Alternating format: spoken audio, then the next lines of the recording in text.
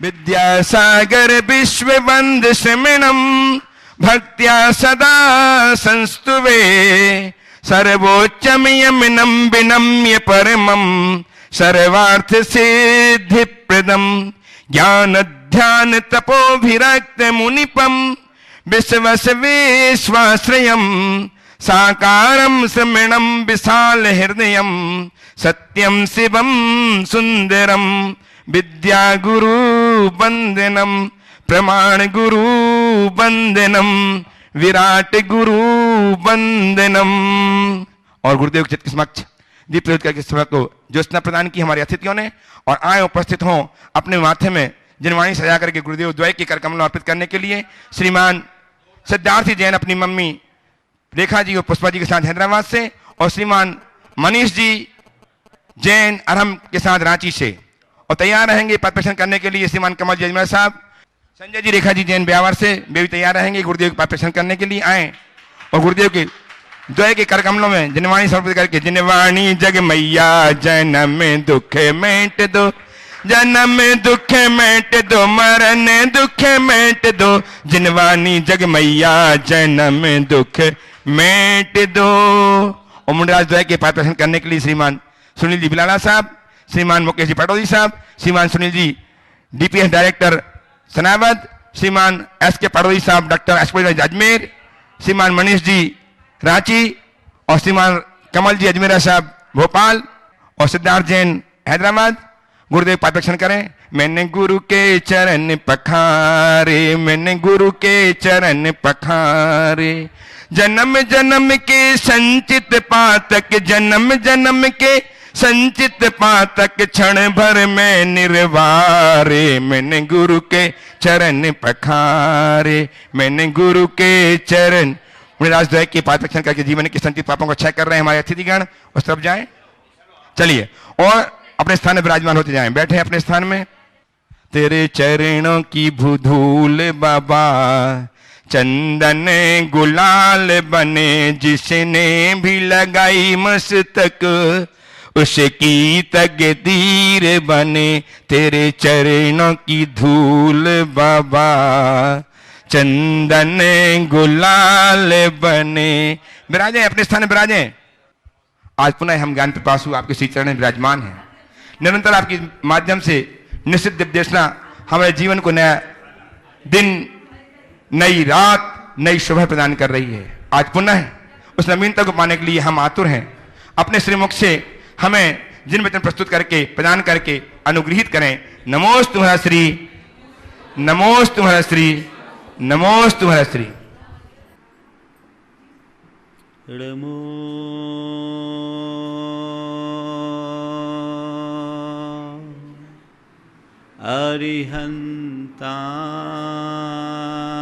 अरिहंताणं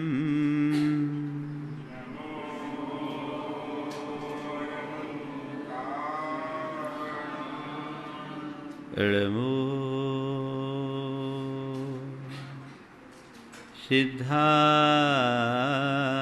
सिद्धाणं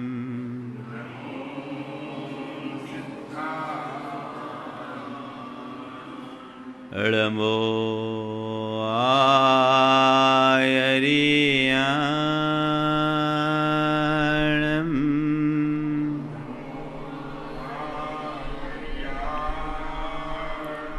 नमो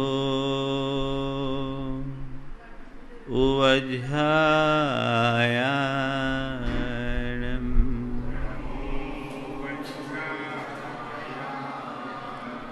नमो लोये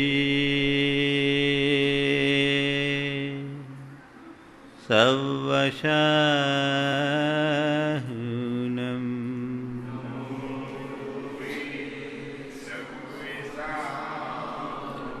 एषो पंचीनमुयारो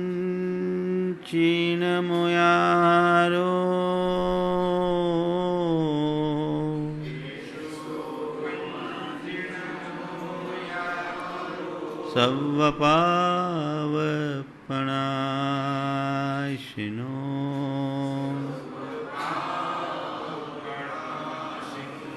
मंगलार्णं च सव्वेशम्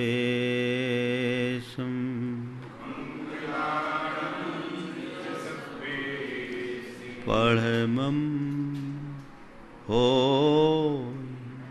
मंगलम।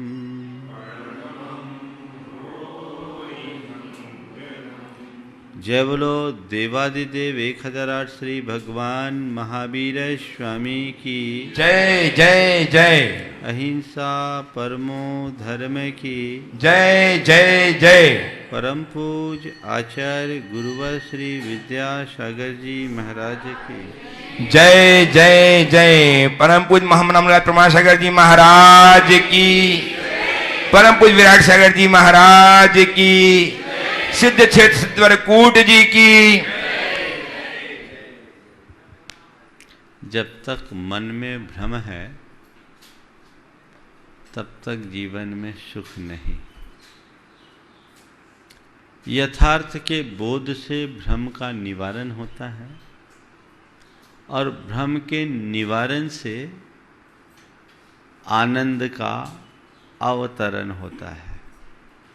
जीवन में स्थायी रूप से सुख शांति को पाने के लिए हमें अपने मन के भ्रम का निवारण करना जरूरी है और भ्रम निवारण के लिए हमें ऐसे लोगों के सानिध्य और संपर्क में रहना आवश्यक है जिनके अंदर कोई भ्रम नहीं है, जिनने अपने भ्रम को तोड़ दिया है या जिनके संपर्क में जाने से हमारा भ्रम टूटता है, हमें यथार्थ का बोध और भान होता है। हमें उनकी शरण में, उनके संपर्क में जाने की ज़रूरत है, रहने की ज़रूरत है। इस आशय की बात कल मैंने आप सबसे की और जहाँ श्रद्धा उत्पन्न हो जाती है वहाँ भ्रम नहीं रहता। आज उसी बात को आगे बढ़ाते हुए मैं बात कर रहा हूँ। जिसके हृदय में श्रद्धा है, जिसका भ्रम टूट गया है, जिसने यथार्थ को पहचान लिया है, उसके हृदय में यथार्थ पोषक आदर्शों के प्रति श्रद्धा होती ही है। वो उन्हें अपने हृदय में स्थापित करता है और उनसे ही प्रेरित होते हुए अपने जीवन को आगे बढ़ाता है। और हृदय में श्रद्धा घट जाने के बाद उसका जीवन सामान्य नहीं रहता। उसके जीवन में अनेक प्रकार का वैशिष्ट्य प्रकट हो जाता है, अनेक प्रकार की विलक्षणताएं घटित होने लगती है। वो साधारण व्यक्ति न होकर के असाधारण बन जाता है। उसका जीवन आम न होकर के खास होता है। वो अब ऐसा वैसा नहीं होता, सच बोले तो वो कच्चा नहीं पक्का बन जाता है। ऐसी क्या बातें हैं जो उसके जीवन में अनुपम वैशिष्ट्य उत्पन्न करती है? ऐसे कौन से गुण हैं जो उसके जीवन में विलक्षणता प्रकट करती है? ऐसी कौन सी विशेषताएं हैं जो उसे साधारण से असाधारण बना देती है? ऐसी कौन सी खूबी है जो उसे आम से खास बना देती है? या ऐसी कौन सी साधना है जो उसे कच्चे से पक्का बना देती है?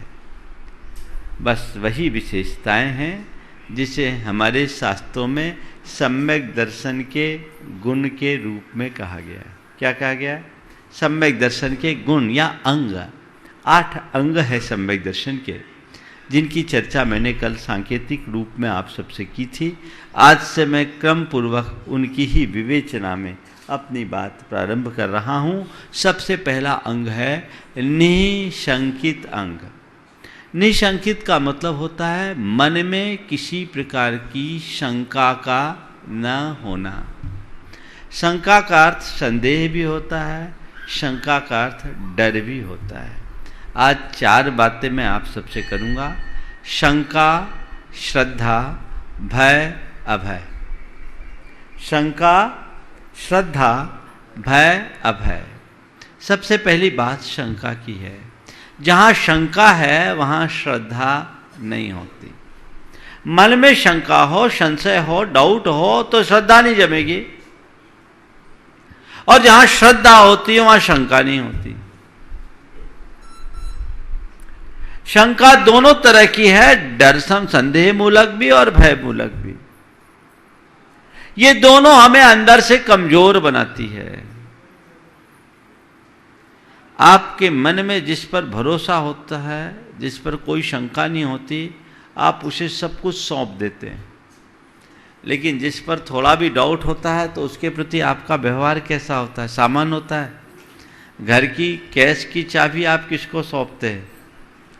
जिस बेटे पे भरोसा है या जिस व्यक्ति पर भरोसा है उसे आप सब सौंप देंगे, पर जिस पर थोड़ा भी संशय है तो सपने में भी उसे आप नहीं लेने देंगे। ये मनुष्य की एक स्वाभाविक प्रवृत्ति है। तो जहां तुम्हारे मन में शंका होगी, श्रद्धा प्रकट नहीं हो सकती, और जहां श्रद्धा होगी वहां शंका होगी ही नहीं। संत कहते हैं मोक्ष मार्ग में आगे बढ़ना चाहते हो तो सबसे पहले अपनी शंका का निर्मूलन करो, अपने मन के इस डाउट को हटाओ, अपने मन के इस डर को हटाओ, अपने भीतर के इस संदेह को हटाओ। ये फितूर पैदा करता है, ये तुम्हें आगे बढ़ने से रोकता है। मोक्ष मार्ग की ही बात क्या करूं, दुनिया के किसी भी क्षेत्र में अगर आप देखो तो आगे वही बढ़ सकता है जिसके मन में कोई डाउट ना हो, कोई शंका ना हो, कोई संशय ना हो, कोई डर ना हो।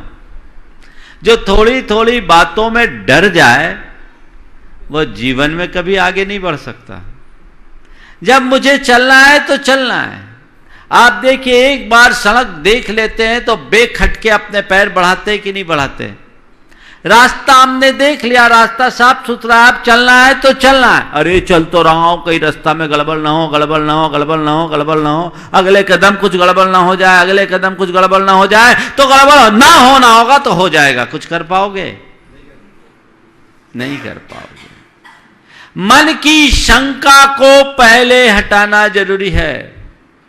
जब तक अपने मन की शंका का हम निवारण नहीं कर लेते तब तक हम मोक्ष मार्ग में 2 कदम भी आगे बढ़ने में समर्थ नहीं हो सकते।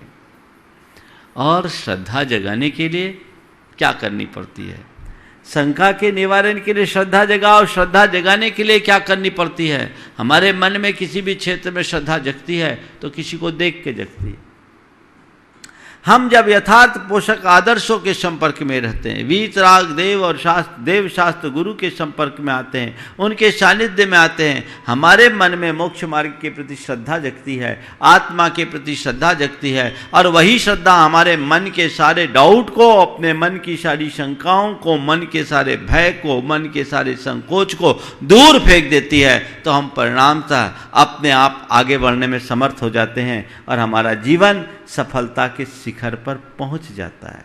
मोक्ष मार्ग की बात छोड़ दो, दुनिया के किसी भी क्षेत्र में आप जाओ, आप कोई बिजनेस शुरू करना चाहो और बिजनेस की शुरुआत में आपके मन में डाउट हो, शंका हो या डर हो, तो क्या आप सक्सेस हो पाओगे? नहीं।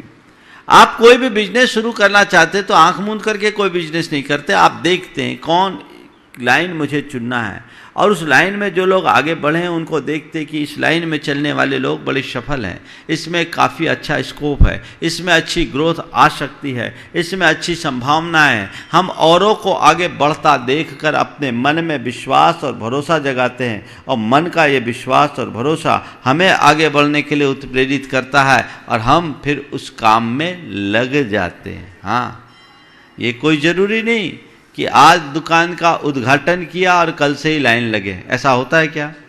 दुकान को जमने में टाइम लगता है, लेकिन जिसके मन में विश्वास होता है वो धीरज पूर्वक उसे स्वीकारता है। नहीं, इसमें हम सफल होंगे, आज नहीं तो कल हम निश्चित होंगे सफल। हम सफल होंगे, हम सफल होंगे, हम सफल होंगे। जिसके हृदय में ये पक्का विश्वास और भरोसा होता है वो एक दिन सफल हो जाता है। लेकिन जो सोचता अरे यार दुकान तो शुरू कर दी, कुछ काम ही नहीं हो रहा, सक्सेस ही नहीं हो रहा, अरे क्या करे, हमने व्यापार सोचा था बढ़े नहीं। ध्यान रखना, कई ऐसे लोग भी हैं जिनने अपने व्यापार की शुरुआत के अनुभव बताते हुए कहते हैं महाराज कई दिन तो ऐसे हुए कि बौनी भी नहीं हुई, बौनी भी नहीं हुई, लेकिन डटे रहे। क्यों? विश्वास था, मेरा निर्णय सही है, मेरी लाइन सही है, इस रास्ते पर चलेंगे, हम सफल होंगे। ये श्रद्धा, ये विश्वास आज उन्हें एक सफलतम व्यवसायी के रूप में प्रतिष्ठापित कर दिया। ये एक उदाहरण है। तो जैसे व्यापार धंधे की क्षेत्र की बात है, वैसी धर्म क्षेत्र के विषय में भी सोचना। अपना विश्वास, अपना भरोसा पक्का होना चाहिए। आज हम मोक्ष मार्ग में लगे हैं, हम जैसे अन्य मुनिराज महाराज लगे, सारे मुनिराज लोग मोक्ष मार्ग में लगे, किसके बदौलत लगे? हम इस मार्ग में लगे किसके बदौलत लगे? मन की श्रद्धा के बल पर। हमारे अंदर श्रद्धा है। क्यों है श्रद्धा? हमने गुरु को देखा और जिस दिन गुरुदेव के दर्शन किए, मन में श्रद्धा जम गई कि जीवन का अगर कोई रास्ता है तो यही है। अभी अनुयायी नहीं बने, लेकिन हमने सिद्धांत मान लिया, रास्ता है तो यही है। अभी चलना चालू नहीं किया, लेकिन मुझे रास्ता चुनना है तो यही रास्ता चुनना है। इस रास्ते पर चलेंगे तो हम निश्चयता अपने मंजिल पर पहुंचेंगे। मेरे मन में यह विश्वास उसी दिन जम गया जिस दिन गुरुदेव के दर्शन किया, और वो विश्वास जमा। उस विश्वास ने मुझे उत्प्रेरित किया, आगे बढ़ाया, हिम्मत हुई, उनको देखा, जैसे वे वैसे मैं, और वो जैसे चल रहे वैसे मैं चलूंगा, आगे बढ़ूंगा। मेरे मन का ये विश्वास ही मुझे आज मेरे मोक्ष मार्ग में टिकाए हुए है। इस पंचम काल में अगर मैं या मुझ जैसे अन्य मुनिराज अपने इस मोक्ष मार्ग में लगे हैं तो किसके बदौलत? किसके बदौलत? श्रद्धा के बदौलत। नहीं, यही मार्ग है। इदमेव ईदृशमेव मार्गम नान्यम। यही मार्ग है, इसी मार्ग पर चल करके मैं सफल होऊंगा, मुझे पक्का भरोसा है। मेरा ये भरोसा, मेरा ये विश्वास, मेरा ये श्रद्धान मुझे अंदर से उत्साहित करता है, मेरे अंदर एक अलग उमंग उत्पन्न करता है, एक उल्लास जगाता है। मेरे अंदर का उत्साह, उमंग और उल्लास मुझे मेरे मार्ग में टिके रहने के लिए उत्प्रेरित करते हैं। इसीलिए मैं इस रास्ते पर टिका हूं। अगर मन में थोड़ी शंका आ जाए, अरे मोक्ष मोक्ष की बात करते, कहाँ है मोक्ष? पंचम काल में तो कुछ समझ में नहीं आता। मोक्ष है भी कि नहीं, आत्मा है भी कि नहीं, स्वर्ग है भी कि नहीं, नरक है भी कि नहीं। यहाँ सिद्धि की बात करते हैं, मुक्ति की बात करते हैं, सिद्ध होने की बात करते हैं। अरे न तो यहाँ मुक्ति है न सिद्धि है। सिद्धि की बात तो जाने दो, छोटी सी रिद्धि भी नहीं है। माता ये बीमारी बंद करो, हाँ गड़बड़ है। सिद्धि की बात जाने दो, एक छोटी सी रिद्धि भी नहीं है। अगर दिमाग में एक कीड़ा घुस जाए तो बोलो टर्न आउट होने में कितनी देर? कितनी देर? छोड़ो सब बेकार की बातें, काहे को जंजाल में फंसो? इतनी कठिनाई का रास्ता क्यों अपनाओ? इतनी तपस्या करने की जरूरत क्या? मौज मस्ती करो, मनुष्य जीवन मिला, आनंद लो, हो जाएगा ना। एक पल की शंका मुझे मेरे मार्ग से नीचे गिराती है। तो जीवन में जब भी सफलीभूत होना है तो अपनी श्रद्धा को प्रगाढ़ रखो, चाहे धर्म क्षेत्र की बात हो या कर्म क्षेत्र की बात हो। सफलता का यही एक मंत्र है। सफल होऊंगा। मेरे मन में पक्का विश्वास, अटल श्रद्धान, नहीं मैं इस मार्ग में लग गया हूं तो मंजिल पर पहुंचूंगा। आगे पहुंचूं चाहे पीछे पहुंचूं, यही एकमात्र है मार्ग है। मुझे इस पर चलना है और चलते चलना है, चलते चलना है, चलते चलना है। इसलिए मैं चल रहा हूं। आप लोगों को, हम लोगों का मार्ग बड़ा कठिन दिखता है ना। अरे मुनि महाराज का मार्ग, तपस्या का मार्ग बड़ा कठिन मार्ग है। 24 घंटे में एक बार भोजन करना, एक बार पानी पीना, सर्दी गर्मी बरसात में ऐसे दिगंबर बने रहना और सर्दी गर्मी की बाधाओं को सहना, केस लोच करना, अंतराय पालना, पैदल चलना, हाँ बिना चटाई के सोना, न जाने कितनी कठिनाइयां हैं। अरे नाम सुनते ही हाथ पांव ठंडे पड़ते हैं कि नहीं? बोलो, है ना? पढ़ते हैं। ये मार्ग तुम लोग कष्टकारी लगता है कि नहीं? बोलो, थोड़ा जोर से बोलो। कष्टकारी लगता है। लेकिन एक बात का उत्तर दो, मार्ग तुम्हें कष्टकारी लगता है पर गलत लगता है क्या? है ना? गलत नहीं लगता, क्या लगता है? सही मार्ग मेरा है कि तुम्हारा? हाँ, है ना? तो ये चलो कुछ ना कुछ पहली क्लास में तो आ गए तुम। कष्टकारी तुम्हें लगता है क्योंकि तुमने स्वीकार नहीं किया, तुम्हारे अंदर की श्रद्धा अभी उस रूप में प्रकट नहीं हुई। हमें हमारा मार्ग आनंददायी लगता है क्योंकि हमें इससे कष्ट दिखता ही नहीं, बल्कि हमें लगता है कि जीवन के कष्टों की निवारण का यही एक मार्ग है। इसी मार्ग के बल पर मैं अपने कर्मों का क्षय करूंगा, पापों को नष्ट करूंगा और अपनी आत्मा की पवित्रता को उद्घाटित कर पाऊंगा। ये मेरे मन का विश्वास आज मुझे मेरे मार्ग में टिकाए है। बंधुओं, ऐसी श्रद्धा बलवान बनाइए, शंका नहीं रहेगी। तो मैंने आपसे कहा जिस पर श्रद्धा हो उसको आप सब सौंप देते हैं, जहां शंका हो वहां कुछ नहीं करते, है ना? एक दिन नौकर ने मालिक से कहा, बाबूजी इतने साल हो गए आप पर, आपकी यहाँ सेवा करते हुए, फिर भी आपके मन में हम पर विश्वास क्यों नहीं आया?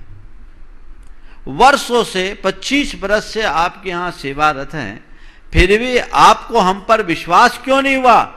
मालिक ने कहा, अरे तेरे ऊपर विश्वास नहीं होता तो तिजोरी की चाबी तुझे कैसे सौंपता?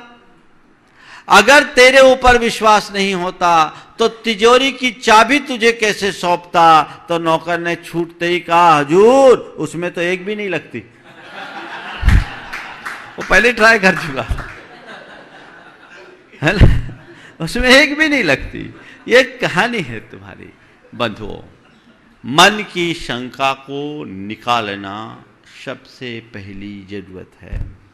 जहाँ शंका होगी वहाँ श्रद्धा नहीं, जहाँ श्रद्धा होगी वहाँ शंका नहीं। बात समझ में आई? दूसरी बात, जहाँ शंका है वहाँ भय है, जहाँ श्रद्धा है वहाँ अभय। जहां श्रद्धा है वहां शंका नहीं, जहां शंका है वहां श्रद्धा नहीं। पहले बात ये बांध दो, ये दोनों प्रकाश और अंधेरे के साथ तरह है। श्रद्धा का प्रकाश है, अंधेरा है आशंका। जैसे अंधेरा और प्रकाश एक साथ नहीं रहते, वैसी शंका और श्रद्धा एक साथ नहीं रह सकते। दोनों चीजें एक साथ पाल लो। कहते दुविधा में दोनों गए, माया मिली न राम। कुछ नहीं होंगे, न इधर के न उधर के। इस पार और उस पार की बात होनी चाहिए। एक बार अंधेरा परमात्मा के पास चला गया और शिकायत करते हुए कहा कि प्रभु थोड़ा अपने सूरज को समझाओ, सुबह से मेरे पीछे पड़ जाता है, सांझ तक मेरे पीछे लगता है, रात जैसे तैसे मैं अपनी थकान नहीं उतार पाता कि फिर सुबह से आ धमकता। आखिर पूछो तो सही, मैंने क्या बिगाड़ा है तुम्हारे सूरज का? आखिर पूछो तो सही, मैंने क्या बिगाड़ा है तुम्हारे सूरज का? परमात्मा ने कहा ठहरो, शांति रखो, सूरज को बुलाता हूं, बात करता हूं। सूरज को बुलाया और बुलाते ही पूछा, क्यों तुम इस अंधेरे को क्यों परेशान करते हो? सूरज को बुलाकर पूछा, क्यों तुम इस अंधेरे को क्यों परेशान करते हो? सूरज ने बोला, अंधेरा? कौन अंधेरा? कैसा अंधेरा? सूरज ने बोला, अंधेरा? कौन अंधेरा? कैसा अंधेरा? मैंने तो उसे आज तक देखा तक नहीं। आप बुला लो, मैं अभी उससे क्षमा मांगने को तैयार। आप बुला लो, मैं उससे अभी क्षमा मांग लेता हूं। कहते हैं परमात्मा ने अंधेरे को सूरज के सामने खड़े होने के लिए बुलाया है और सूरज आज भी अंधेरे के आगे हाथ जोड़े खड़ा है कि आ जाओ मैं क्षमा मांग लूं, पर अभी तक अंधेरा सामने। समझ गए? ये बात समझ लो, दोनों बातें साथ साथ हो ही नहीं सकती। अगर प्रकाश होगा तो अंधेरा नहीं, अंधेरा होगा तो प्रकाश नहीं। शंका होगी तो श्रद्धा नहीं, और श्रद्धा होगी तो शंका नहीं। जहां शंका है वहां भय है, जहां श्रद्धा है वहां अभय। अपने जीवन का अनुभव करो। जहां शंकास्पद स्थितियां होती है वहां मन में भय होता है कि नहीं? बोलो। आप जब आते हैं, लोग कल बोल रहे थे कुछ लोग कि महाराज बड़वा से आते हैं। हमने कहा अकेले आए थे क्या? बोले नहीं महाराज, गाड़ी तो फुल थी लेकिन जंगल है, डर लगता है। हम बोले पहले डर नहीं लगा? बोले नहीं महाराज, पहले चालू रोड था, रास्ते में एक भी आदमी नहीं दिखा। तो ये डर कहां से आया? हाँ, शंका से। दूसरे रोड पर डर नहीं, क्योंकि वहां शंका नहीं, वो चालू रोड है और ये सुनसान रोड है, ये जंगल का रोड है, वो आम रास्ता है, दोनों में बड़ा अंतर है। इसलिए महाराज जब ब्रिज से आते हैं तो निष्फिकर होकर आते हैं, इधर थोड़ी सी शंका रहती है ना? है ये प्रैक्टिकल अनुभव। जहां अंदर शंका आएगी वहां भय सताएगा, लेकिन जहां श्रद्धा होगी वहां तुम्हारे मन में भय का नाम लेश नहीं रहेगा। एक वनस्पति शास्त्री कुछ विशिष्ट प्रकार की वनस्पतियों के संचय के लिए एक दुर्गम घाटी में गया। बड़ी गहरी खाई थी और नीचे वह दुर्लभ वनस्पतियां थी। उसने क्या किया, अपने बेटे को के कमर में रस्सी बांधी और रस्सी के सहारे बेटे को घाटी में उतार दिया। बेटा नीचे उतरकर रस्सी खोला और जितनी आवश्यक वनस्पति थी सब इकट्ठा किया, एक झोले में भरा और पिता ने रस्सी खींच लिया। आवश्यक रस्सी का औषधि का या वनस्पति का संचय हो गया। उसके बाद फिर से रस्सी डाला, बेटे ने कमर पर रस्सी बांधी और पिता धड़कते हृदय से ऊपर बेटे को खींच रहा था। पिता धड़कते हृदय से बेटे को खींच रहा था और बेटा निश्चिंतता से ऊपर की ओर बढ़ रहा था। बेटा निश्चिंतता से ऊपर की ओर बढ़ा जा रहा था। बेटा ऊपर आया, पिता की जान में जान आई, फट से उसकी रस्सी खोली और अपनी छाती से लगा लिया और बेटे से कहा, बेटा तुझे कोई तकलीफ तो नहीं? बोले नहीं कोई तकलीफ नहीं। बोले तुझे डर नहीं लगी? बोले डर किस बात की? बोले मैं तो बहुत डर रहा था, तू क्यों नहीं डरा? बोले मैं क्यों डरता, क्योंकि रस्सी आपके हाथ में थी। मुझे किस बात का डर? रस्सी आपके हाथ में थी, मेरे पिता के हाथ में मेरी डोर है, मुझे डरने की कोई बात नहीं। जरूर वो मुझे संभालेंगे, हिफाजत से लाएंगे, निकालेंगे। यही श्रद्धा थी ना। हाँ, वो रस्सी किसी और के हाथ होती तो बेटा उतरता ही नहीं, उतरता ही नहीं। बोले झमेला हम नहीं बोल सकते। तो जहां श्रद्धा होती है वहां भय नहीं होता, और जहां शंका होती है वहां अभय नहीं होता। भय शंका का परिणाम है और अभय श्रद्धा की परिणति।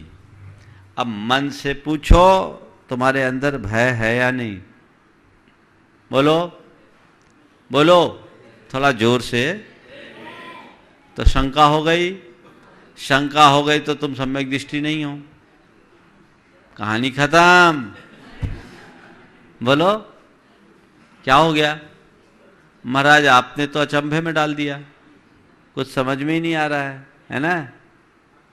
हाँ, आगे बताता हूं, समझो।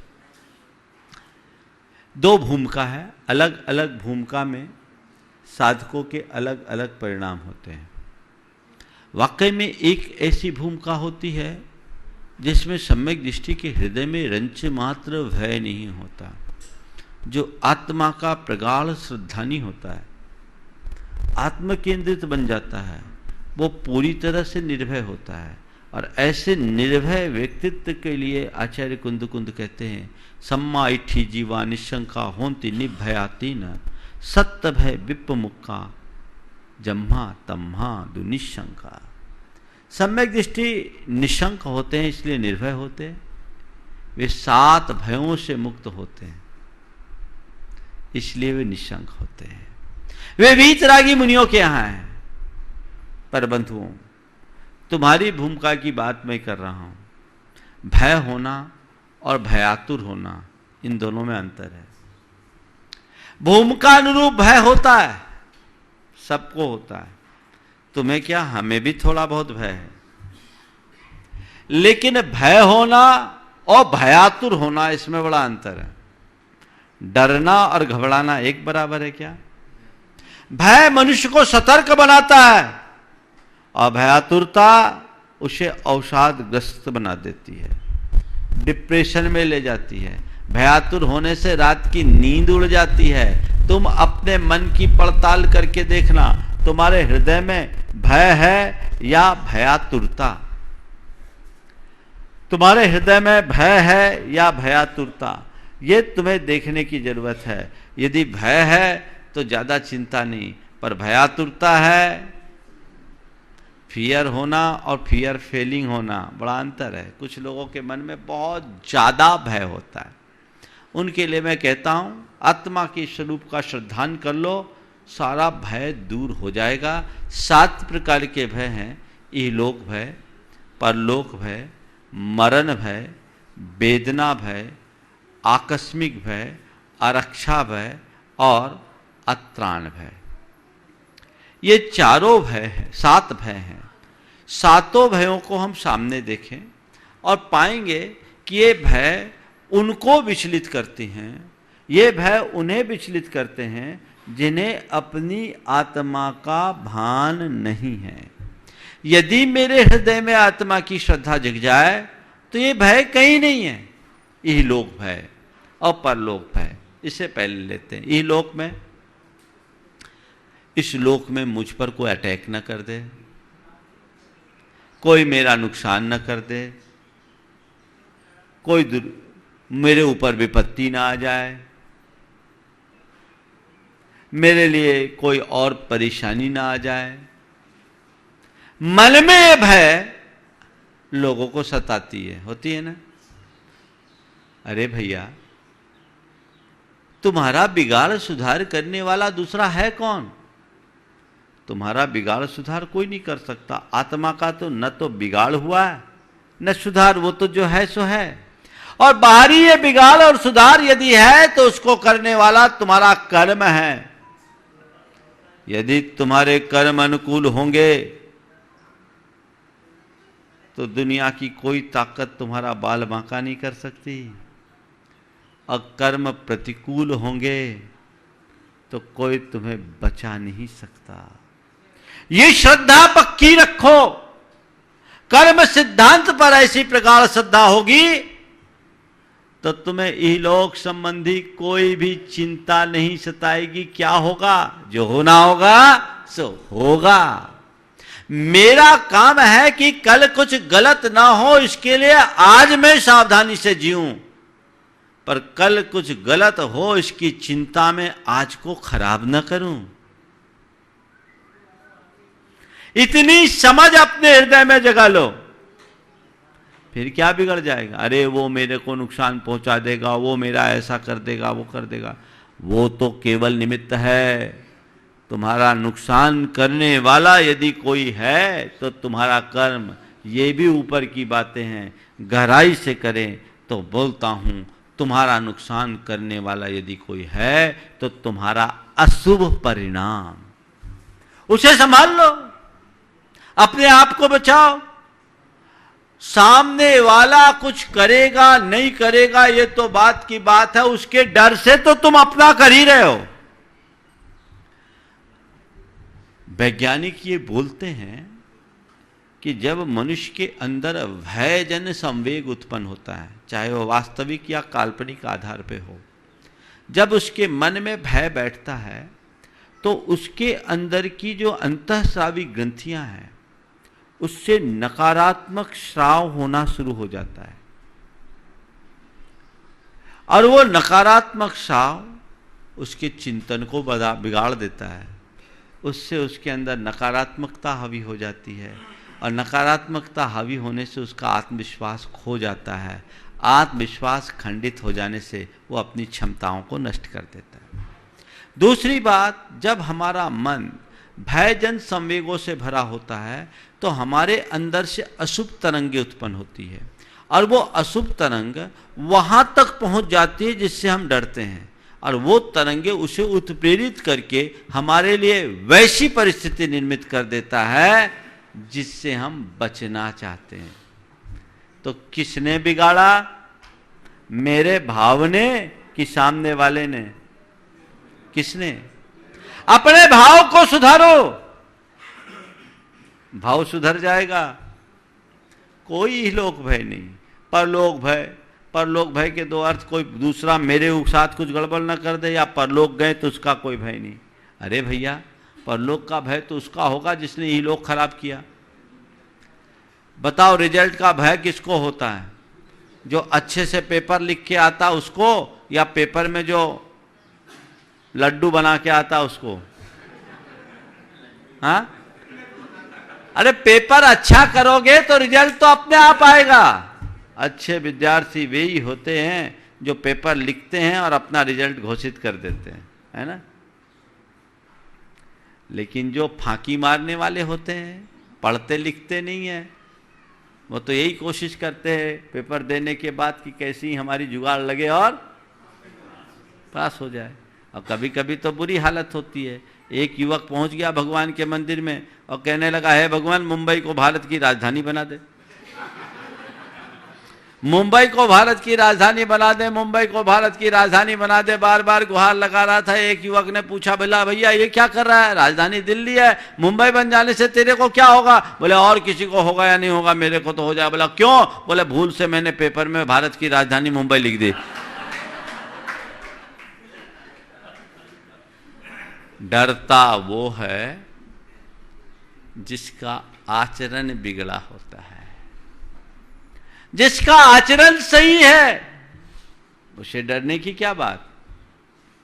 अगर ये लोक अच्छा तो परलोक अच्छा होगा, सम्यक दृष्टियों को उसका डर नहीं है। हाँ, परलोक के प्रति सावधान जरूर रहता है वो, और परलोक के प्रति सावधान होता है तभी उसका ये लोक सुधरता है।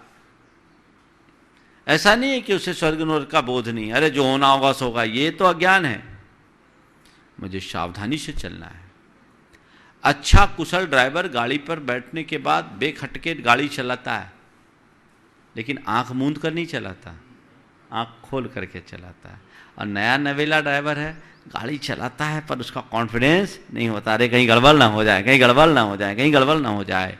तो ऐसे ही अज्ञानी व्यक्ति संसार में जीता है तो डरते हुए जीता है, और ज्ञानी सम्यक दृष्टि संसार में जीता है निडर होकर, सावधानी से जीता है। यही सम्यक दृष्टि का भय है। मरण भय, मर न जाऊं, सबसे ज्यादा डर यदि किसी को है तो किसका है? बोलो, मरण का डर है। तो ये बताओ, संसार में एक भी प्राणी ऐसा है जो आज तक ना मरा हो? कोई अमर है? बोलो, हम तुम कोई अमर हैं? तो मरना तो तय है, तो डरना क्या? जब मरना तय है तो डरना क्या? दो बातें ध्यान रखो मरण के डर से बचने के लिए। पहली बात, आत्मा का ना जन्म है ना आत्मा का मरण है, वो अजर अमर अविनाशी है। यह श्रद्धा। जन्म किसका हुआ? मरा कौन? आत्मा जन्मा क्या? आत्मा मरा क्या? ये श्रद्धा है। तो फिर शरीर के जन्मने में जश्न और शरीर के मिटने में मातम क्यों? जो जन्मा है वो मरेगा, जो उगा है वो झरेगा। ये तो प्रकृति का नियम है कि नहीं? आज फूल उगा कल झरे नहीं, ऐसा संभव है क्या? जन्मा है वो मरे नहीं, ऐसा संभव है क्या? जन्म लिया है तो मरेगा, और जब मरना होगा तभी मरेगा। अच्छा ये बताओ, एक जन्म में एक बार मरते हैं कि 10 बार मरते हैं? हाँ? तो जब मरना होगा तब मरेंगे, मरने की चिंता करके जीते जी क्यों मरते हो? सम्यक दृष्टि कहता है नहीं, जब तक मेरी आयु है मुझे कोई हिला नहीं सकता। और आयु पूरी हो जाने के बाद कोई जिला नहीं सकता। मरण का डर हटा दो, बस दो परिणति होती है। कुछ लोग कहते हैं भैया मरने से क्या डरना, एक दिन तो मरना ही, तो जाओ सीधे सुसाइड कर लो, फिदाइन हमला कर डालो, आत्मघाती कर बन जाओ। नहीं, ये अज्ञान है, ये वस्तुतः आत्मा के पतन का कारण है। मरना है तभी मरेंगे, समय से पहले नहीं मरेंगे, पर मरने से नहीं डरेंगे। ध्यान रखना, पर को मारना या खुद को मारना दोनों हिंसा है, हत्या है, पाप है, कभी मत करना। स्वाभाविक रूप से जब तक मैं जी रहा हूं, जिंदा हूं, आनंद से जीऊंगा, मरने का डर नहीं रखूंगा। समझ गए? जिस मरने से जग डरे मेरे मन में उछा, ये एक सम्यक दृष्टि की पहचान होती है। उसके मन में मौत का डर नहीं, हां मौत के प्रति सजगता है। वो सोचता है मैं मरूंगा, कोई चिंता नहीं, लेकिन जब भी मरूं भगवान को सुमरते हुए मरूं, बस ये भावना रखो। मरूं तो सुमरण करते हुए मरूं, कराते हुए ना मरूं, भगवान का नाम जपते हुए मरूं, क्योंकि मुझे मालूम है मैं मर नहीं रहा हूं, चोला बदल रहा हूं, चोला ऊपर का है। ये समझ अपने भीतर होनी चाहिए, फिर मरने का डर नहीं होगा। बंधुओं, संसार में एक ही चीज ऐसी है जो एकदम नियत है, और एक ही चीज ऐसी है जो एकदम अनिश्चित है। बोलो क्या? वो है मृत्यु। मृत्यु होगी ये निश्चित है, पर कब होगी? तो जब होगी तो होगी। जन्म के साथ ही मौत का वारंट निकल जाता है, तो डरने से क्या होगा, मैं बच जाऊंगा। कई ऐसे होते हैं जो अल्प उम्र में चले जाते हैं, और कई ऐसे होते हैं जिनके लिए लोग सोचते रहते हैं कि आज नहीं कल समाचार होगा, वो लटके रह जाते हैं। तो जिसकी जब वैकेंसी खुलती है तभी जाते, डरने का क्या काम है ना। तो मरण का डर अज्ञानी को होता है, ज्ञानी मरण के प्रति सावधान होता है। मैं आपको ये नहीं कहता हूं कि मरने से नहीं डरो का मतलब आग से खेल जाओ, कुआं में कूद जाओ, खाई में छलांग लगा दो, ऐसा मत बोलना। नहीं तो बोलोगे महाराज जी ने तो कहा था प्रवचन में, तो मुझे और लपेट लोगे। और कोई ऐसा प्रवचन सुन के कर लेगा तो पता लगा सरकार मेरे पीछे लग जाएगी। आजकल तो मैंने प्रवोक किया, नहीं, ये नकारात्मक दृष्टिकोण है, और धर्मशास्त्रों का ऐसा कोई उद्देश्य नहीं है। मरने से नहीं डरने का मतलब मौत से पहले मौत के भय से अपने आप को आतुर नहीं करना। मरण के प्रति सावधान रहो, मरण के प्रति सजग रहो, और मरो तो अमर बनने के लिए मरो। ये है मरण भय से बचना। वेदना भय, मुझे कोई बीमारी न हो जाए, मुझे कोई बीमारी न हो जाए, भगवान मैं बीमार न पड़ जाऊं, मुझे कुछ न हो जाए, कुछ न हो जाए। तो ऐसी चिंता करोगे तो न होना हो तो हो जाएगा, क्योंकि ये चिंता ही तो सबसे बड़ी बीमारी है कि नहीं है। हाँ, मैं बीमार न पड़ूं उसके लिए मैं नियमित आहार विहार की चर्या रखूं, खान पान में सात्विकता रखूं, योग प्राणायाम करूं, अपने शरीर के प्रति सजग रहूं। ये तो मेरी समझदारी है। क्यों? अगर गाड़ी को ठीक ढंग से मेंटेन नहीं करेंगे तो गाड़ी खराब होगी।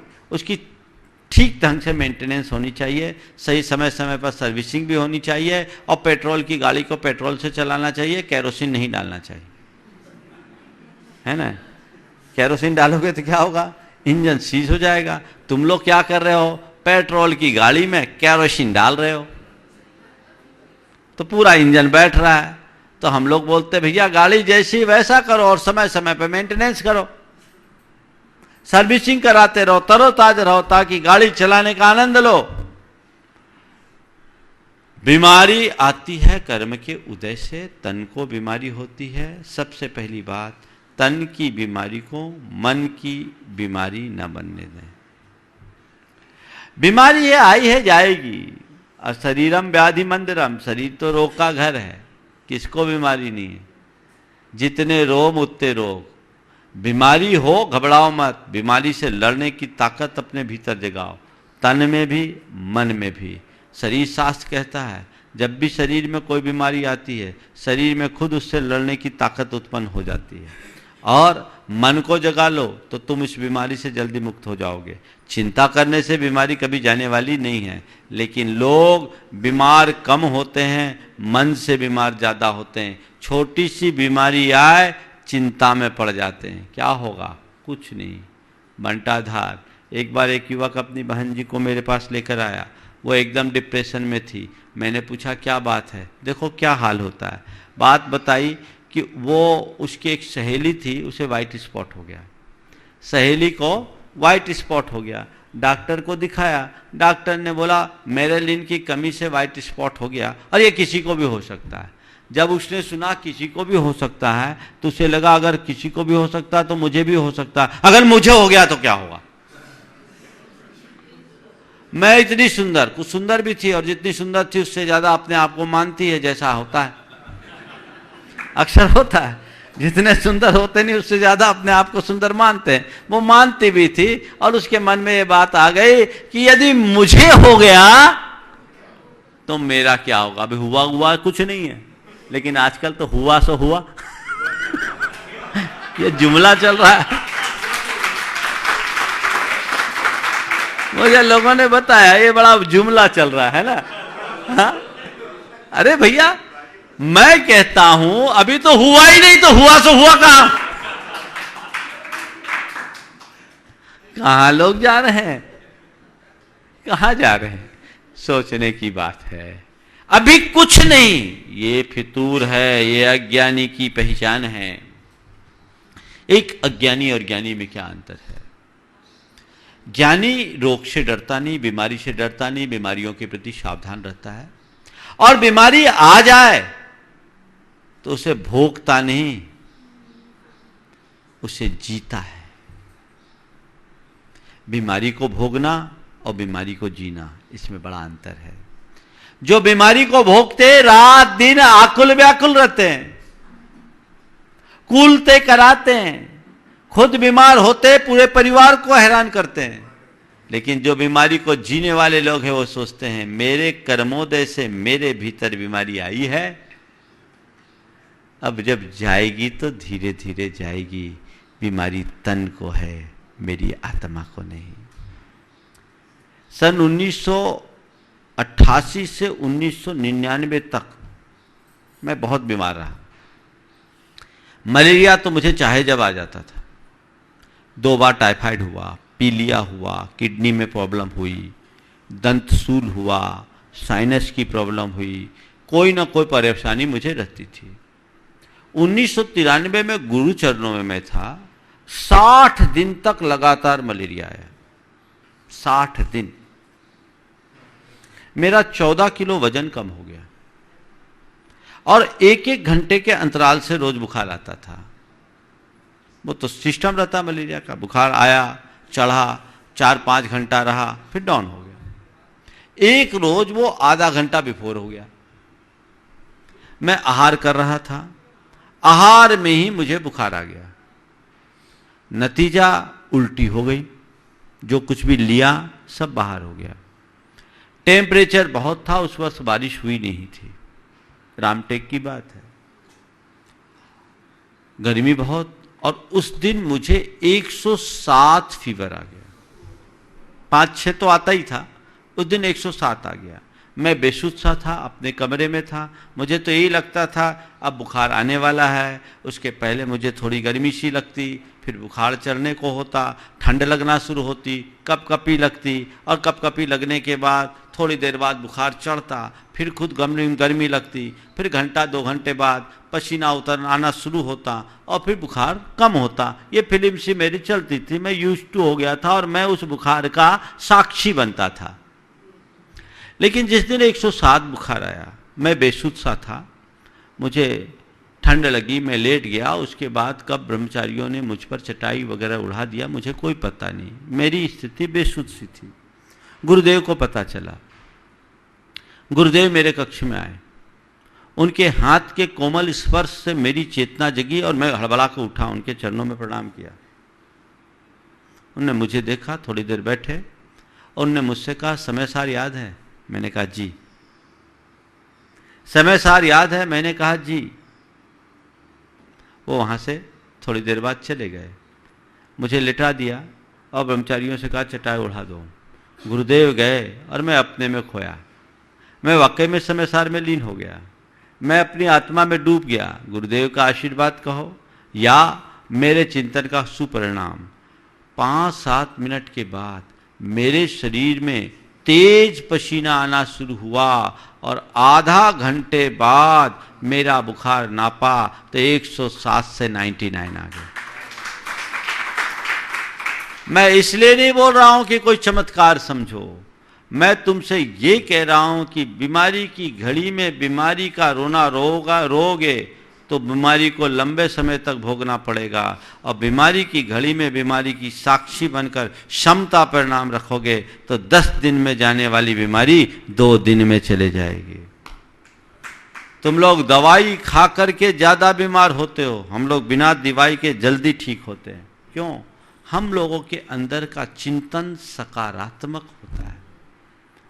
चिंतन की धारा बदलने से हमारे अंदर के रसायनों में परिवर्तन होता है, और जब भीतर के रसायन बदलते हैं तो कर्मों की केमिस्ट्री भी बदल जाती है। कर्मों की केमिस्ट्री के बदलते ही अशुभ शुभ में परिवर्तित हो जाता है। इसलिए बीमार पड़ो, कर्म का उदय, घबराओ मत, बीमारी को सहो, बीमारी को भोगो मत, क्षमता से सहो। अगर समता से सहोगे तो बीमारी जल्दी जाएगी, और आकुलता से सहोगे तो उस बीमारी से छुटकारा पाना मुश्किल होगा। तो यही लोक भय, परलोक भय, मरण भय, वेदना भय, आकस्मिक भय, अरे कहीं कोई दुर्घटना ना हो जाए, कहीं कोई विपत्ति ना हो जाए, कहीं कुछ गड़बड़ ना हो जाए, कहीं कुछ एक्सीडेंट ना हो जाए। इस चिंता को मन में लाते क्यों हैं? पॉजिटिव क्यों नहीं सोचते? सम्यक दृष्टि सोचता है जो जब जैसा होना होगा सो होगा। संयोग तो कर्म से संचालित होते हैं, मेरे हाथों में थोड़ी है। जब जो जैसा होना होगा सो होगा, उसको लेकर के मैं संकल्प विकल्प किस बात का करूं, और इसी विश्वास और धारणा के कारण उसके हृदय में इन बातों को लेकर के कोई भय नहीं होता। हाँ, आकस्मिक रूप से कुछ दुर्घटना न घटे इसकी सावधानी जरूर रखता है। आजकल आप लोग घर बनाते हैं तो फायर फाइटर लगाते हैं। आजकल फायर सेंसर लगने लगा है ना? तो ये सारी व्यवस्थाएं क्यों लगाते हैं? क्योंकि अगर कोई दुर्घटना घटे तो हमें ज्यादा नुकसान न झेलना पड़े, ये समझदारी है। पर दुर्घटना न घट जाए, दुर्घटना न घट जाए, दुर्घटना न घट जाए, ऐसा सोचते हो क्या? जीवन में कुछ आकस्मिक घटना घटे तो मैं उसका सामना कर सकूं, उसके लिए प्रबंध व्यवस्था बनाए रखना समझदारी है। पर कोई आकस्मिक घटना न घट जाए, घटना न घट जाए, घटना न घट जाए, इस रटना को लगाना पागलपन है। इस रटना में मत जियो, ये भय इसे हटाओ। समझ गए? असुरक्षा भय। कई लोग हैं जिनके अंदर अपनी सिक्योरिटी को लेकर के बड़ी चिंता होती है। हम सिक्योर्ड नहीं, इनसिक्योर्ड है, लाइफ सिक्योर्ड होना चाहिए। किसका लाइफ सिक्योर्ड है बता? सन 2002 में जब हम उत्तर प्रदेश के बिहार में थे, कानपुर से मैनपुरी कन्नौज की ओर जा रहे थे, एक गांव पड़ा छिबरामऊ। वहां हर चौथे आदमी की पीठ पे बंदूक दिखी। अब हम लोग वहां पूरी बस्ती पार करके वहां के सर्किट गेस्ट हाउस में रुकना हुआ। संयोगतः वहां डीआईजी एक मीटिंग ले रहे थे। जब हम लोग पहुंचे तो थोड़ी देर के लिए हम लोग बाहर थे, गर्मी का समय था। कुछ पत्रकार आ गए और पत्रकारों ने मुझसे पूछा, आपकी सिक्योरिटी का क्या इंतजाम? साधु हैं, हमारे साथ 101 लोग थे, बिहार करा रहे थे, और कुछ नहीं। बोले आपकी सिक्योरिटी का क्या इंतजाम? मैंने कहा मुझे किसी सिक्योरिटी की जरूरत ही नहीं है, क्योंकि मैं अपने आप को सिक्योर्ड महसूस करता हूं। हर पल मेरा परमात्मा मेरी सिक्योरिटी करता। उसे बड़ा आश्चर्य हुआ। बोले आपको सिक्योरिटी की जरूरत नहीं। हम बोले ध्यान रखना, इंदिरा गांधी को उसका सिक्योरिटी गार्ड ही मारा था। सिक्योर्ड कौन करेगा तुम्हें? बाहर से तुम्हारी कोई सुरक्षा नहीं कर सकता और संरक्षा नहीं कर सकता। तुम्हारा अपना पुण्य और पाप ही तुम्हारा संरक्षक है। और भीतर की आत्मा को देखो तो आत्मा तो असुरक्षित है ही नहीं, वहां तो कोई आंच ही नहीं आ सकती। और आत्राण भय, मेरा कोई सहारा नहीं, मैं बेसहारा हूं। किसका कौन सहारा है? किससे सहारा ढूंढते हो? संसार में सहारा खोजना जलते हुए बांस के पेड़ के नीचे जाकर छाया ढूंढना है। होगा? मिला है क्या? क्या बोला? संसार में सहारा ढूंढना जलते हुए बांस के पेड़ के नीचे छाया खोजना है। न भूतो न भविष्यति, कोई तुम्हारा तारनहार नहीं है। अगर कोई तारनहार है तो तुम्हारा अपना शुभाशुभ कर्म है, उसे समझो और भगवान की भक्ति में अपने जीवन को लगाओ, तो तुम अपने जीवन को एक नई ऊंचाई दे सकोगे और मन का सारा भय दूर हो जाएगा। तो बंधुओं, श्रद्धा रखो मार्ग पर, श्रद्धा रखो तत्व पर, श्रद्धा रखो धर्म पर, श्रद्धा रखो आत्मा पर। अगर ये श्रद्धा जग गई, शंका निर्मूल होगी, भय दूर होगा, जीवन अभय से परिपूर्ण होगा। तो हम श्रद्धा से अभय तक पहुंचने का रास्ता अंगीकार करें। इसी शुभ भाव के साथ महाराज श्री अभी मंगल भावना आप सबको सुनाएंगे, आप सब सुनेंगे। आने वाले 31, 1 और 2 तारीख को जो भावना योग का कार्यक्रम है, वो हमें कुछ ऐसे ही भीतर से मजबूत बनाने का कार्यक्रम है, जो हमारी आत्मश्रद्धा का, हमारे भीतर आत्मश्रद्धा को जगाकर जीवन के झंझावातों से जूझने के लिए समर्थ बनाएगा।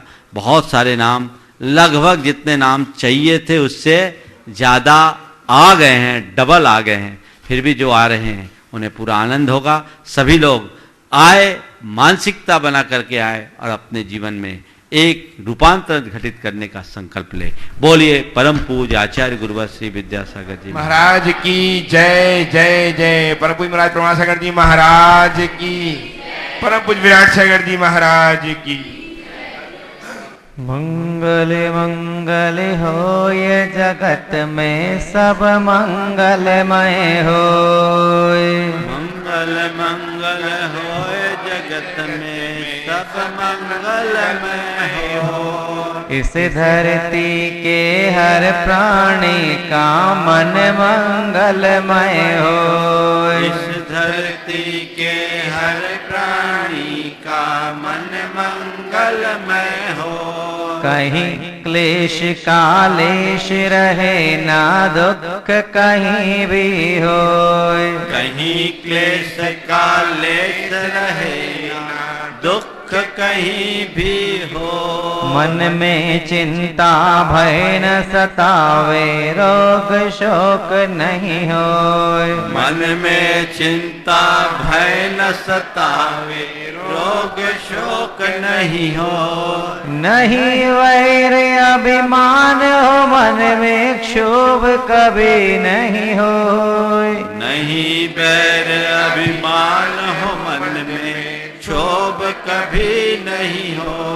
मंगल मंगल होय जगत में सब मंगलमय होय। मंगल मंगल हो जगत में सब मंगलमय हो।